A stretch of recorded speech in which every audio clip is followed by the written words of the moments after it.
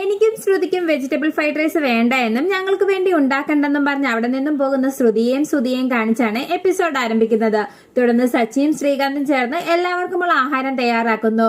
പിന്നീട് ശ്രുതി പുറത്തുനിന്ന് ആഹാരം ഓർഡർ ചെയ്യാൻ ശ്രമിച്ചെങ്കിലും നടക്കാതെ വരുന്നു.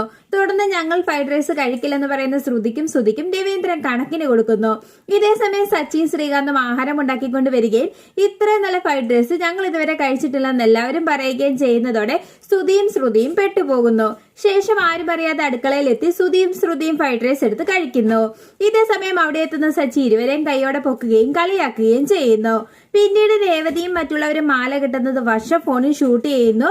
തുടർന്ന് നിന്റെ ഫുഡ് സൂപ്പർ ആണെന്ന് പറഞ്ഞ് ശ്രീകാന്തിന് കൈ കൊടുക്കുന്ന ദേവുവിനോട് ചന്ദ്രമതി ദേഷ്യപ്പെടുന്നു.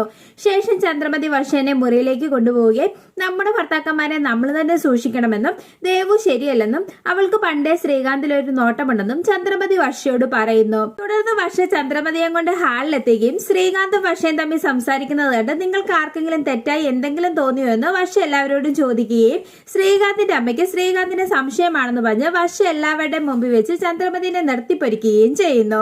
ഇത് കേട്ട് സച്ചി ശ്രീകാന്തും എല്ലാം ചന്ദ്രമതിക്ക് കണക്കിന് കൊടുക്കുന്നു. തുടർന്ന് എനിക്ക് എന്റെ ഹസ്ബൻഡിനെ നന്നായി അറിയാമെന്നും ആന്റി ശ്രീകാന്തിന്റെ കാര്യമോർത്ത് ടെൻഷൻ അടിക്കേണ്ടെന്നും പറഞ്ഞ് വർഷ ചന്ദ്രമതിക്ക് കണക്കിന് കൊടുക്കുമ്പോൾ പറഞ്ഞതിനെല്ലാം ശ്രീകാന്ത് ദേവുവിനോട് മാപ്പ് പറയുന്നു. ശേഷം രവീന്ദ്രൻ ചന്ദ്രമതിനെ മാറ്റി നിർത്തി ചന്ദ്രമതിയോട് ദേഷ്യപ്പെടുന്നത് കാണിച്ച് എപ്പിസോഡ് അവസാനിക്കുന്നു.